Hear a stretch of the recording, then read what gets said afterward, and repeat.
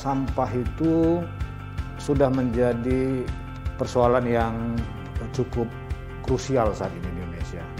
Pertama itu disebabkan bahwa mindset kita tentang sampah itu masih konvensional, bahwa sampah itu adalah tanggung jawab bersama atau tanggung jawab pemerintah.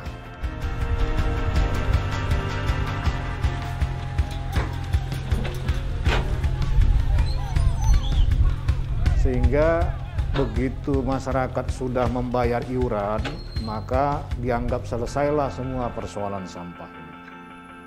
Padahal sampah ini seharusnya menjadi tanggung jawab pribadi. Itu menurut saya. Dalam artian bahwa pemerintah tidak sanggup mengurus sampah itu sendirian.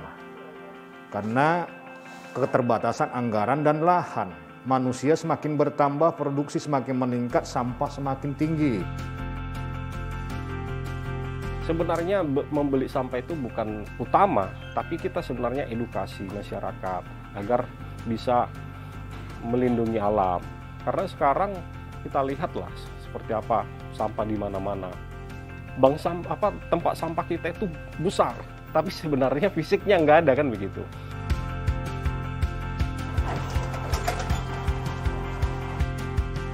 Ya kalau menurut saya sih tidak sulit ya, tergantung kemauan gitu. Kalau kita mau pasti kita bisa.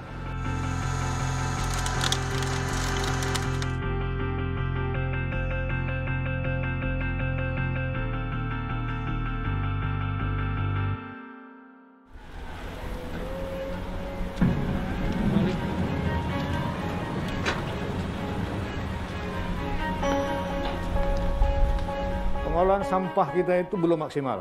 Itu yang saya mau katakan, bahwa pemerintah sudah menyiapkan infrastrukturnya. Walaupun infrastruktur itu belum maksimal. Tetapi yang menjadi keprihatinan saya adalah bahwa pemerintah di tingkat kelurahan atau kecamatan juga menjadikan ini semacam objek. Sampah ini, objek untuk mengkapitalisasi ya penghasilan dari sektor ini untuk kepentingan pribadi-pribadi. Ini saya kira salah, sehingga akhirnya apa? Terjadi penumpukan, terjadi persoalan. Ini yang harus kita rubah mindsetnya, ini yang harus kita rubah sistemnya. Sebenarnya pemerintah kan regulator, dia membuat satu regulasi.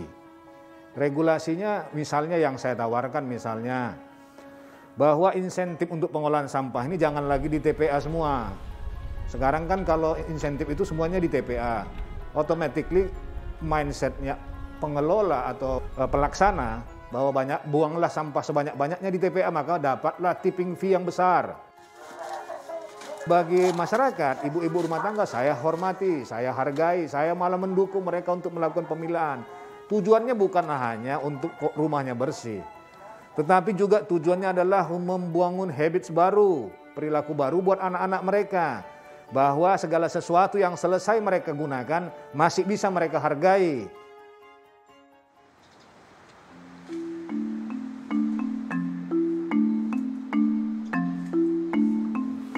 Nah seperti ini lokasi kita, proses pilah. Jadi OB-OB penghuni datang, kita pilah, kita taruh sesuai jenisnya, ya kan? Nah, ini sudah terpilah, semua jenis sampahnya dikelola dengan baik. Jadi sebenarnya ini kenapa ini menjadi tujuan kita ya dalam pengolahan ini. Sebenarnya kalau kita terangkan secara runut ya, samping itu menyelamatkan alam, kemudian membuka lapangan pekerjaan alternatif, kemudian mengedukasi masyarakat supaya bisa lebih aware lagi ke lingkungan. Karena kita ini saat ini kan tanah subur, tanam-tanaman beraneka ragam. Tapi bagaimana untuk merawatnya, memaintenance-nya? Harus kita selamatkan sampah melalui apa? Pilah sampah dari rumah. Sebenarnya kalau dilihat secara kesannya ya, jadi memang waktu pertama orang beranggapan apa ini, kan begitu. Bank sampah digital gitu kan. Sama halnya seperti Gojek konvensional menjadi Gojek yang online ya.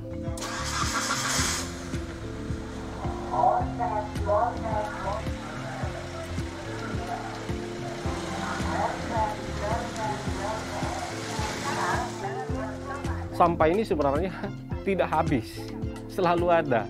Katakanlah satu orang pasti akan menghasilkan sampah itu minimal itu 2 kilo. Katakan jumlah penduduk kita 270 juta sekian. Nah bayangkan menampungnya, ya kan gitu. Memang pertama yang kendala kita adalah penolakan. Penolakan itu bukan sebenarnya menjadi salah mereka, tapi memang karena kita negara kita ini udah berumur 74 tahun. Tapi kan yang diturunkan adalah metode pembuangan sampah yang ini ya tradisional, dikubur, dibakar. Nah, ternyata tidak dilakukan secara komprehensif ya, tapi tidak mengganggu lingkungan kan gitu. Itu yang kendalanya.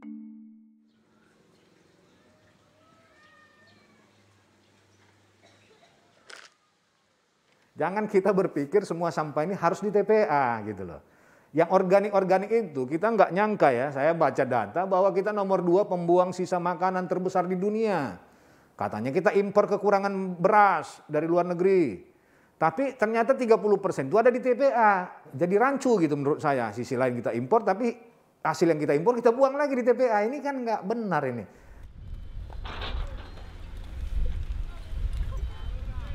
Jadi Montress ini di awal tahun pertama dia hadir, tidak terfokus kepada bagaimana mendapatkan ekosistem bisnisnya gitu.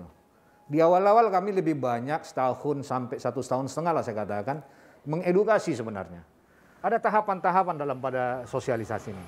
Mulai pertama bagaimana menarik hati mereka, apa itu? Keliling-keliling itu tiap hari pakai toa itu.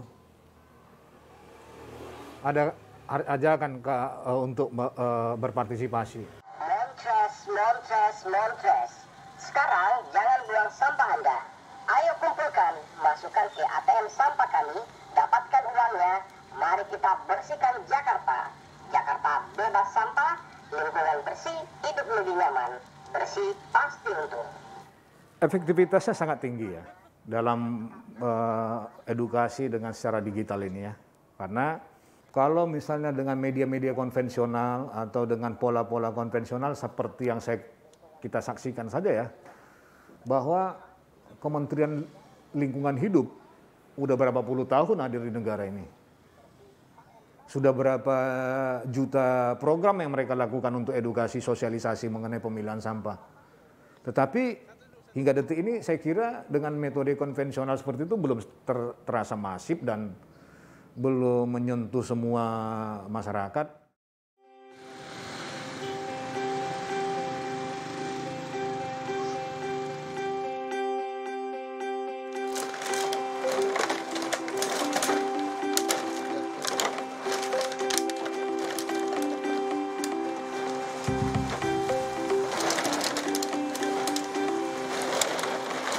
Kalau kita lihat ke depannya sih sepertinya ya menguntungkan ya. Masalahnya kan kita di sini tidak perlu membawa barang kita ke tempat montas, jadi mereka yang berkunjung ke sini dan ngambil barang dari sini, terus penimbangan pun ada di sini. 20 pas ya. Jadi untuk kedepannya mungkin ya menguntungkan lah untuk kita. Jadi kita nggak banyak keluar biaya buat transport. Misalkan kita mau jual gitu kan, jadi mereka sendiri yang datang ke bank sampah kami. Jadi di aplikasi ini kita banyak keuntungan. Jadi kita bisa langsung timbang, bisa langsung bayar gitu kan. Terus kita bayarnya pun pakai scan barcode ya, jadi kita nggak langsung bersentuhan. Jadi kita mengurangi karena saat ini masih pandemi seperti itu, jadi kita mengurangi ya penularan COVID gitulah, COVID-19. Zaman modern seperti ini ya, banyak yang gadget lah, misalnya kita banyak main gadget kan di sini kan, handphone dan segala macam. Nah disitulah, jadi kita bisa mempergunakan handphone kita itu untuk menghasilkan sesuatu gitu kan. Jadi nggak sekedar kita hanya bermain-main, jadi dari handphone itu pun kita bisa menghasilkan uang seperti itu. Persoalannya mungkin lebih ke edukasi ke masyarakat gitu ya.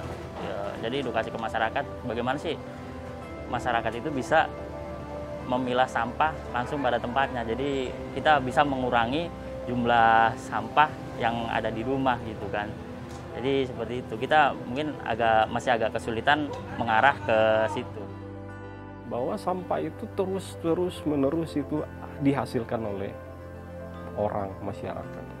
Jadi ketika berhenti, tidak continue membawa sampah tersebut ke bank sampah, bukan berarti sampahnya sudah mulai tertangani, tidak. Yang masalahnya adalah masyarakat tidak memilahnya, kemudian ya tertumpuk kan. Biasanya saat ini kan martabatnya sampah ini belum naik kayak gitu. Kita punya Mon TPS. Mon TPS ini armada kita yang akan keliling, bahkan lokasi terdekat gitu. Jadi bisa kita lihat posisi kita di mana saat ini. Saya mau jual sampah ini. Nah, kita lihat map di mana gitu. Nanti akan muncul bank-bank sampah unit. Nah, seperti ini. Nah, gitu. Kenapa saya menginginkan? Karena saat ini zamannya udah zaman teknologi 4.0. Mau nggak mau, siap nggak siap, harus mengikuti. Jadi, mau orang tua kita yang awalnya nggak mau menggunakan teknologi, sekarang akhirnya mau. Karena begini, pengepul saat ini ya polanya konvensional, tradisional. Tapi kan sekarang kan perusahaan juga dalam screening sampah-sampah ini kan sudah mulai pakai teknologi. Apa aja yang di aplikasi ini? Sangat banyak sekali. Nah, ini untuk barang-barangnya. Ada yang besi, ada yang kaleng, secara rigid, dan seterusnya. Fiturnya itu cukup lengkap. Sangat lengkap saya katakan. Yang pertama, jenis barang. Harga yang transparan. Katakanlah sudah transaksi 603 sekian. Nah, penjual namanya Aji, ada lengkap di sini. Kemudian lokasinya di mana, kemudian jamnya, berapa nominalnya, dan lagi barang-barangnya, jenis sampahnya gini kan. Kemudian penggunaan uangnya ketika sudah mentransaksi, bisa bayar BPJS, bayar token, bayar pulsa, bayar listrik, dan yang lain-lain. Jadi nanti bisa juga ditarik uangnya. Jadi misalnya mau tarik pakai apa? BNI atau BCA. Saya kira dengan sistem teknologi ini kan bisa lebih cepat menginformasikan sesuatu ya. Contoh, saya nggak mau sebut nama produknya. Misalnya kalau udah sampai 1000 botol dikumpulin botolnya, kemudian dia kasihkan lagi gift misalnya 3 botol minuman gratis dikirim ke rumah. Saya kira yang ngumpul-ngumpulkan itu juga menarik bagi dia. Bukan di sisi duitnya aja ya, misalnya dikumpulkan dapat duit, poin segala macam. Tapi kan ada penghargaan ya dari si produsen kepada konsumen loyalitasnya yang sangat tinggi. Dia berikan gift kan wajar saya kira. Nah, di sini kan dijelaskan siapa pembeli, siapa penjual kan. Iya. Nah, bertanggal berapa jumlah dananya. Nah, di sini untuk melihat detail barangnya sangat mudah. Nah, di sini udah ada kaleng, mamin, berapa kilo, berapa nominal pembayarannya, kurang lebih seperti itu. Jadi semua sudah terdata.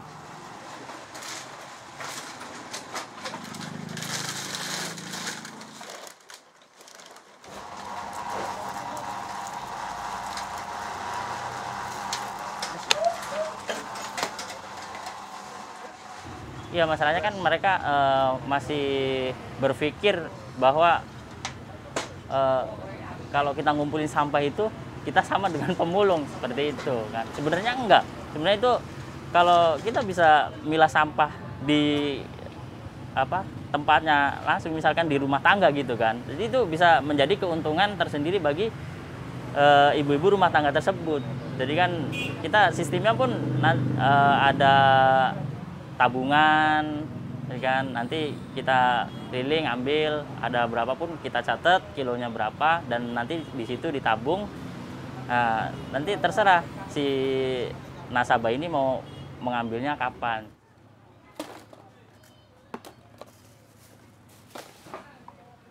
Ya Pak. Oh nimbang Pak. Ya.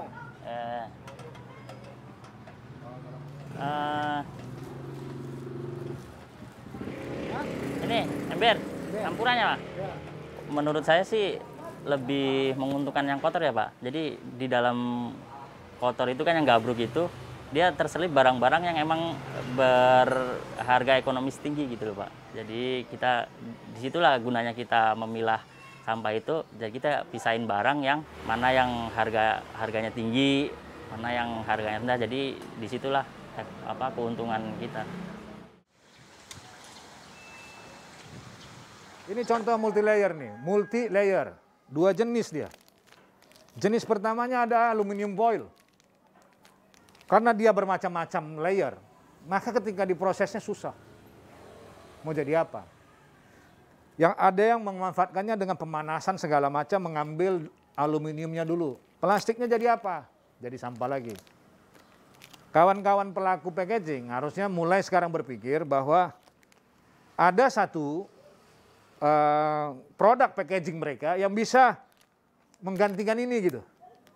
Sebenarnya harga-harga kemasan atau harga-harga daur ulang ini kan mahal sebenarnya di luar negeri. Persoalannya satu, pengolahannya tidak mengikuti standar ILO sistemnya. Misalnya bahwa orang yang dipekerjakan itu harus bergaji UMR, ya, tidak memperdagangkan anak. Ya kan begitu-begitu aturan internasional nih. Tapi kalau kita lihat di Bantar Gebang kan ini semua terjadi nih. Atau di TPA lain. Sehingga ini tidak bisa mengangkat harga cacahan plastik kita di tingkat dunia. Kalau seandainya sistem Montrach ini berlaku, hadir di tingkat masyarakat semuanya, maka yang pertama adalah kita membangun sistem bahwa sampah didapat dari masyarakat. Tidak mempekerjakan anak di bawah umur dan segala peraturan yang ada itu kita ikutin. Industri kita pendaur maka akan dilabel nih, ya, sama internasional bahwa memenuhi semua kriteria itu, maka akan dikasihkan harga yang lebih baik lagi kan. Ini yang kita harap. Dan bagi pelaku atau user-user ataupun rumah tangga yang melakukan pemilahan ini nih, insentifnya akan semakin bertambah. Contoh, sekarang dari rumah kita bayar iuran 25.000 sebulan untuk sampah misalnya. Kalau kita memilah dapat 50.000, untung mana gitu? Ya kan? Walaupun kecil cuma 50.000 nggak kerasa sama kita. Saya kadang-kadang bingung lihat masyarakat ketika disuruh membayar 25.000 ke pengelola sampah agak keberatan. Tapi ketika dikasih 50.000 dengan cara memilah sampah, nggak mau gitu. Yang mana yang kita mau?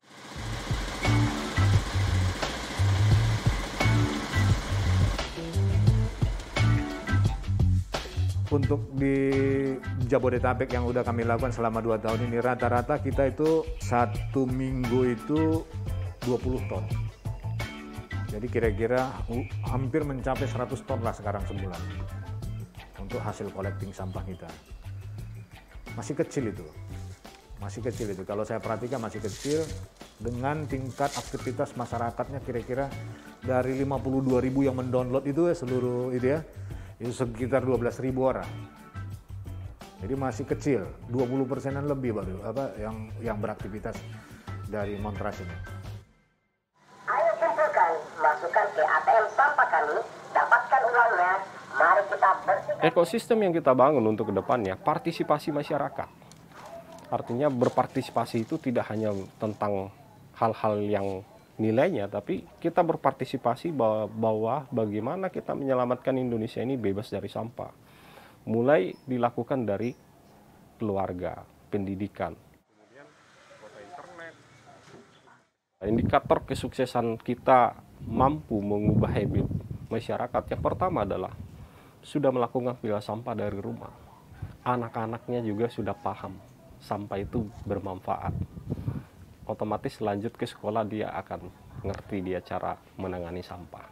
Kemudian yang kedua ini adalah sudah bisa menjadi pahlawan-pahlawan kebersihan untuk diri sendiri, untuk lingkungan maupun di mana bekerja ya baik di perkantoran, di swasta, di pemerintahan itu. Yang ketiga, teknologi. Nah, ketika aware teknologi perubahan untuk yang bermanfaat ya, untuk hal yang baik ya, tentu ini akan mulai berjalan dengan lancar. Ini indikator-indikatornya itu. Kita dari Montres pergeseran habit cara buang sampah, pilah sampah, ya kan? Pilah sampah ini harus diajari sejak dini. Jadi ketika udah paham betul, udah besar, karakternya udah luar biasa, makanya disebut pemerintah revolusi mental, ya kan?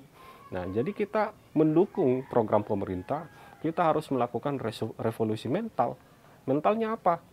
Untuk Montres khususnya dalam masalah penanganan sampah. Seperti itu.